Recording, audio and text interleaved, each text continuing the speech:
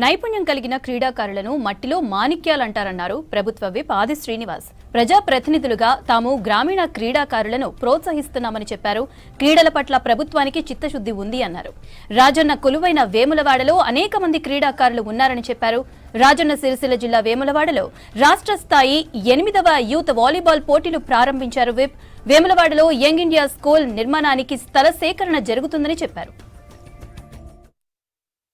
భవిష్యత్తులో కూడా గ్రామీణ స్థాయి క్రీడలు మరింత ముందుకు పోయే విధంగా ఈ ప్రభుత్వ పక్షాన్ని కూడా మేము చేదోడు వాదులు అందించే విధంగా ఉంటాం.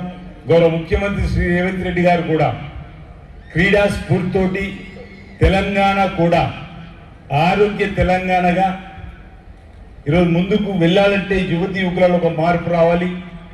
ఆరోగ్యపరమైనటువంటి ఆలోచనతోటి ఈ వయసులో చెడు మార్గాలకు వెళ్లకుండా ఏ వయసులో చక్కగా విద్యను బోధన చేసుకుంటూ క్రీడా రంగంలో కూడా మక్కున్న వారికి అనేక ఏర్పాట్లు చేయాలని చెప్పండి.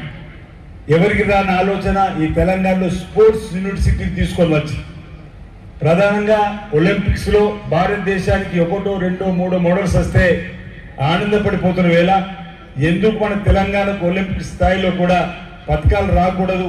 అలాంటి వారికి మెడికల్ లాంటి సూచనలు స్థలాలు క్రీడలో ఆటలు ఎందుకు అందివ్వకూడదు చెప్పని ఈరోజు ముఖ్యమంత్రిగా వారి బాధ్యత స్వీకరించడానికి ఏంటంటే సీఎం కప్ పేరిట క్రీడా జ్యోతిని అన్ని జిల్లాలో మాలాంటి వాళ్ళం ఎమ్మెల్యేలము విప్పులము మంత్రులను ప్రారంభించిన తర్వాత క్రీడా స్పోర్ట్స్ అధికారులందరూ కూడా ప్రతి మండలానికి కూడా క్రీడా జ్యోతిని తీసుకొని వెళ్ళి చైతన్యం తీసుకొని వచ్చి విద్యార్థులు కానీ గ్రామీణ ప్రాంతంలో వారికి సీఎం కప్ పేరిట అన్ని మండలాల్లో కూడా ఈ ఆటల పోటీల నిర్వహణలో భాగంగా 1 కాదు 2 కాదు 3 కాదు ఇంచుమించు 40 రకాల ఈ స్పోర్ట్స్ సంబంధించిన ఆటల పోటీలను గ్రామీణ స్థాయిలో మండల స్థాయిలో ఆడించి వారిలో మెడికల్ లాంటి వారి ఉత్తీర్ణమైన వారిని జిల్లా స్థాయిలో జిల్లా నుంచి రాష్ట్ర స్థాయిలో తదుపరి వారిని జాతీయ స్థాయిలో కూడా ఆడిట్ చేయడం కోసం ఓ ప్రోత్సాహించే విధంగా ఈరోజు సీఎం కప్ను గౌరవ ముఖ్యమంత్రి రేవంత్ రెడ్డి తీసుకురావడం,